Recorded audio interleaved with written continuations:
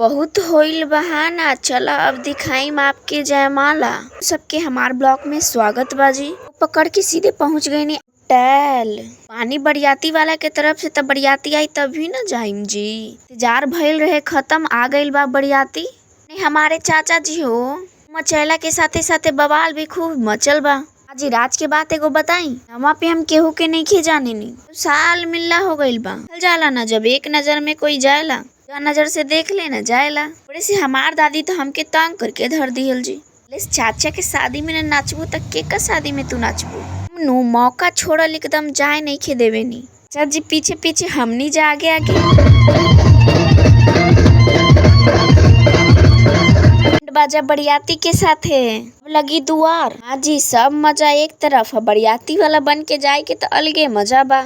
से हमार बहिनी हमके दे दिले बाड़ी मौड़ी। दीदिया रे दम लगबू की तू बरियाती वाला के तरफ से आइल बारू। कहनी हाँ नु का गर्मी के माहौल बरछाई, लागत में तनी मुनी कमी नहीं कर जाई।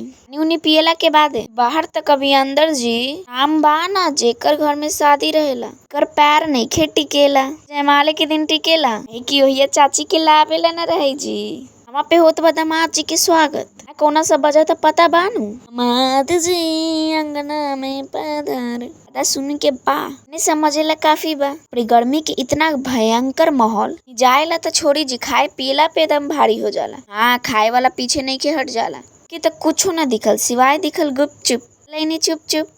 50 गो खैला के बाद एगो सुखल ना मिली लगी कि आप खेबे नु कईने बानी। फिर का खाना पीना छोड़ देनी, सीधे खैनी चटर पटर जी। चाट चाउमीन लिट्टी चुक आइसक्रीम ठंडाई पेट खाली रही तब जाके आऊ भराई।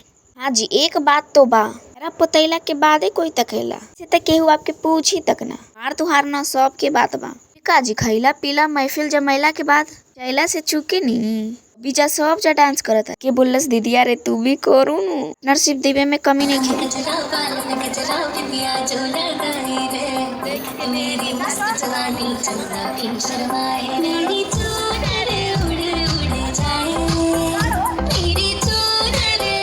और सबकी कहवा कहवा गई नी चुंदर उड़ावे शादी में हो करके जरूर बताई हमके।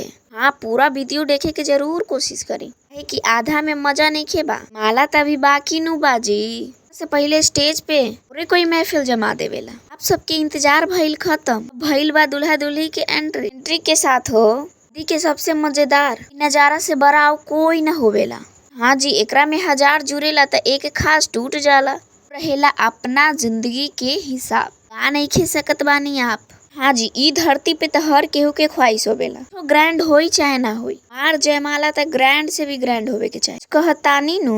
हाँ, सुने में ई भी आइल बा माई बाबूजी आपसे बढ़ के आपके प्यार के इज्जत देवेले। कौनो गलती नहीं खे करी अपन भविष्य में ना बात रहे माई बाबूजी से बताई, अपन भविष्य बचाई कि जिंदगी मिलेला एक बार, मौका 1000 बार।